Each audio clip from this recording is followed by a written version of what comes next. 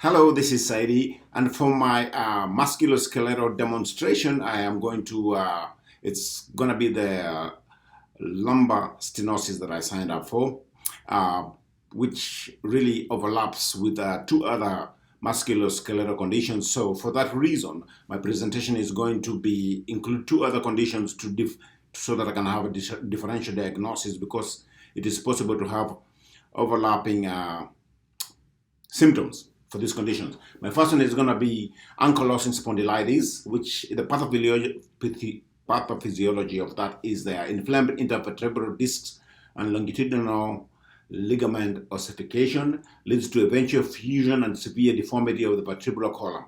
Subjective data on that would be develops predominantly in men between 20 to 40 years of age, begins insidiously with inflammatory low back and buttock pain, also involving hips and shoulders. Yeah.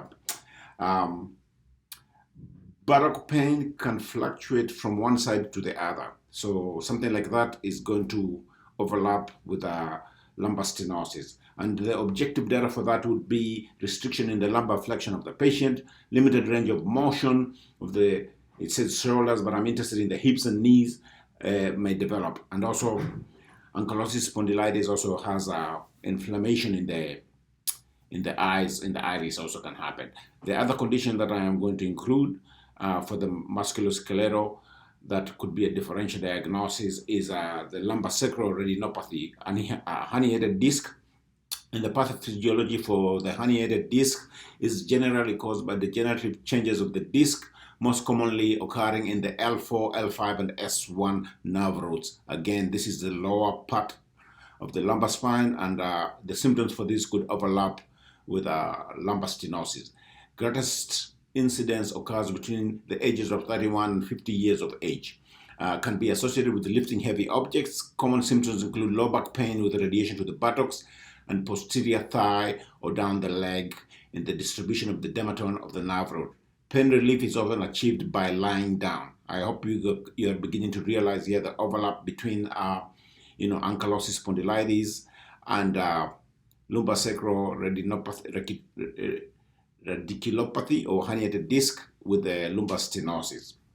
Objective data for the herniated disc could be spasm and tenderness over the paraspinal musculature may be present. Potential difficulty with heel walking and toe walking. Numbness, tingling, and weakness in the involved extremity. Again, this is an overlap of the lumbar stenosis. And for the lumbar stenosis, which is the narrowing of the spinal canal, the pathophysiology is narrowing for the bone and ligament. Hypertrophy may lead to entrapment of the spinal cord as it traverses the spinal canal. And the subjective data for the lumbar stenosis will be pain with walking or standing upright that often seems to originate in the buttocks and may then radiate down the legs. Pain relief may occur with sitting or bending forward. Pain may be worsened by prolonged standing, walking, or hyperextending the back. Objective data would be in the early stages. The neurologic examination is frequently normal, but with progression, the examination may show lower extremity weakness and sensory loss, which are similar to what would happen in an herniated disc. And also, in addition to that, you can have a stooped forward gait may be present. In the recording, I will show it is quick. I just had John lean forward and then hyperextend backwards and also twist to the side. And those are the simple tests you can do to assess for lumbar stenosis, in addition to being over the age of 50. Thank you. Hi, John. We have John here is going to help me do a lumbar stenosis check. John, could you please turn to your side? Can you lean forward for me? If John was having any lumbar stenosis, and then stand up straight, can you lean backwards, hyperextend? Okay. Yep. You feel anything? So if John was having any lumbar stenosis, when he hyperflexed to the back, he would feel more pain. One more thing for me. Can you twist to the side? Any pain? No pain. Okay.